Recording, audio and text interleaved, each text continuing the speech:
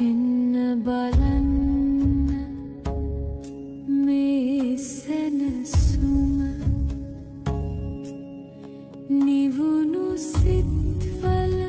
සදාතනික සාමය ලෝකය එන්න බලන්න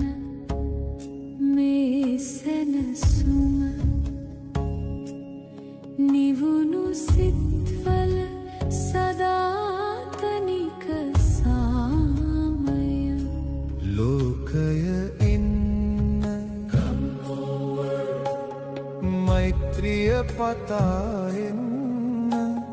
ලෝකයාගේ නිවෙන සිත් පතා එන්න ලෝකානුකම්පාව පතා